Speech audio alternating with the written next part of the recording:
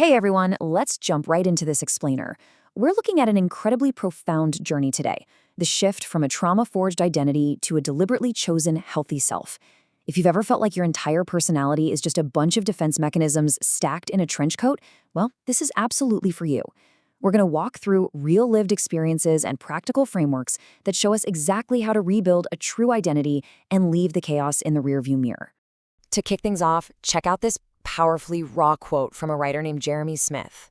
Reflecting on a therapy session, he wrote, "I realize that sometimes my outside voice says yes when my inside voice says no." That right there, that brilliantly illustrates the psychological burden of a traumatized upbringing. I mean, you literally sacrifice your own voice just to survive. When you grow up in an environment where your boundaries are constantly ignored, you just learn to agree to things you totally despise to dodge conflict, criticism, or abandonment. And this dynamic creates what's known as the lost child's burden. Think about it.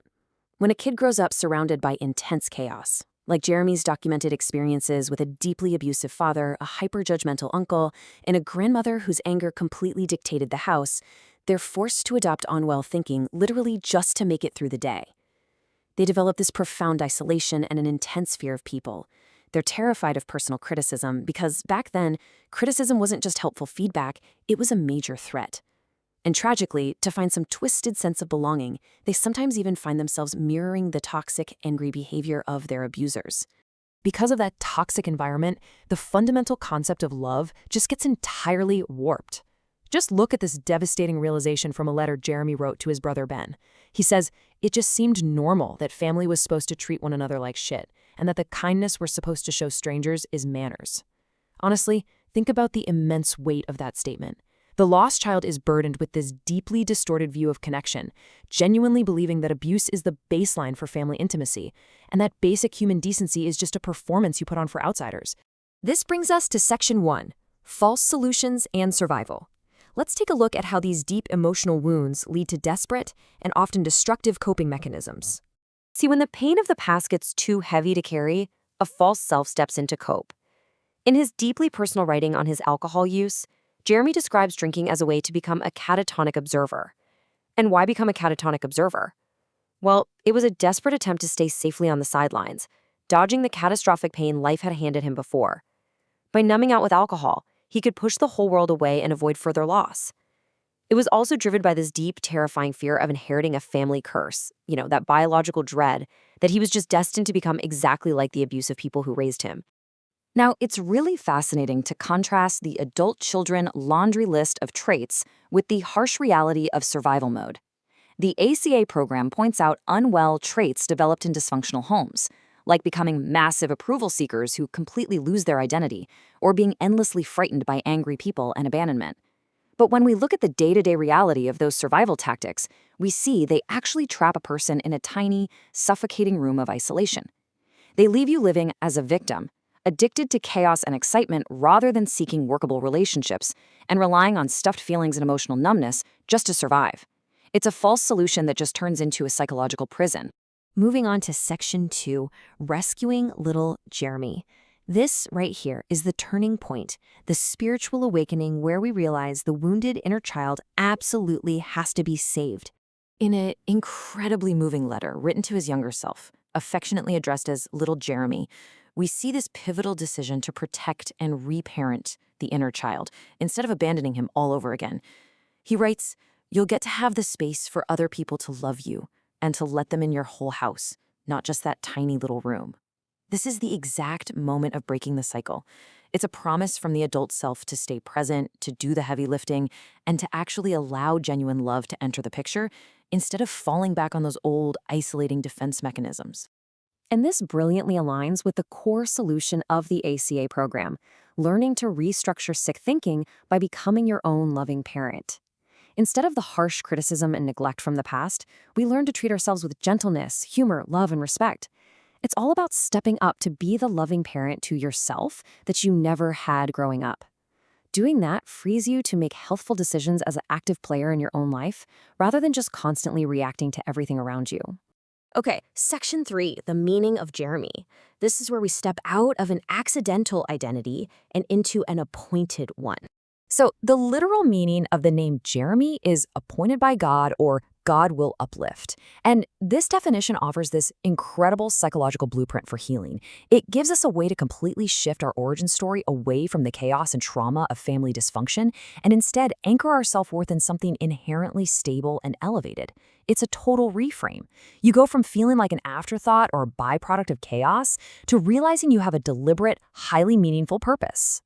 The absolute crucial takeaway here is that you are not appointed to carry the weight of your family's chaos. You can deliberately choose your values and rise way above the past. Shifting from accidental to appointed means defining your own core values completely independently from whatever your family expected or modeled for you.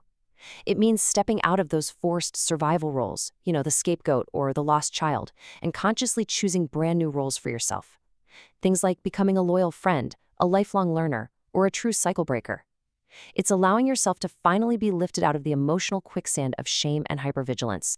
Stepping into this true identity means replacing those old trauma-bonded ideas of family with a healthy, beautiful understanding of love. In his writing, Jeremy movingly defines his new grasp on love by saying, "I think of comfort. I imagine quietness. I imagine patience." Honestly, what a stark contrast to the yelling, the violence, and the chaos of his upbringing.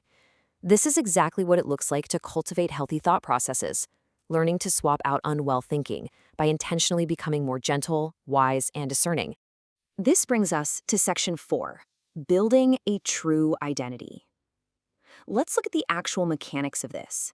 How do we practically build and walk in this true identity every single day? Well, because dysfunctional homes completely lack stability, rebuilding requires you to actively lay a brand new, firm foundation using these 4 actionable steps. First step, you have to practice radical self-compassion. That means silencing that harsh inner critic you inherited and speaking to yourself like a truly supportive friend. Second, accept outside support. You do not have to claw your way up alone. Tools like therapy and ACA meetings are an absolute game changer. Third, set fierce boundaries. You simply cannot heal in the exact same environment that made you sick. And finally, reparent your inner child by providing the validation, routine, and safety today that you completely lacked as a kid. When we put unwell thinking side by side with healthy thought processes, we can literally see the deliberate replacement of toxic traits with wisdom and discernment. Instead of harsh self-judgment, you discover a profound sense of self-worth. Instead of this overdeveloped sense of responsibility that forces you to try and rescue everyone, you build interdependent relationships with healthy, emotionally available people. And most importantly, you stop reacting out of fear and isolation, and you finally become the main actor in your own life. As these amazing promises from the ACA program show, the result of all this hard work is an awakening to a sense of wholeness and stability you probably never knew was possible. You discover your real identity by finally loving and accepting yourself. Your self-esteem shoots up with daily self-approval. That desperate need to people-please and the constant fear of authority figures, it just leaves you. And incredibly, you actually learn how to play, have fun, and enjoy feeling stable, peaceful, and totally secure. Finally, Section 5, Recognizing your true self. So how do you actually know when you're living in this appointed identity? You will know you're being true to yourself when you stop prioritizing people-pleasing and instead seek genuine, healthy connection with others who actually respect your boundaries. As Jeremy writes, the true request was always, connect with me. When your inside voice and your outside voice finally match up, and you are confidently asking for and receiving authentic connection, that is exactly when you know you are fully walking in your appointed, true identity. I'll leave you with this provocative thought from our sources to chew on as you reflect on your own journey. Which specific area of your identity, like setting boundaries or finding your own voice, feels like the most urgent place to start rebuilding right now? Remember, your past is just one chapter of your story, but you hold the pen, and you have the power to write the rest.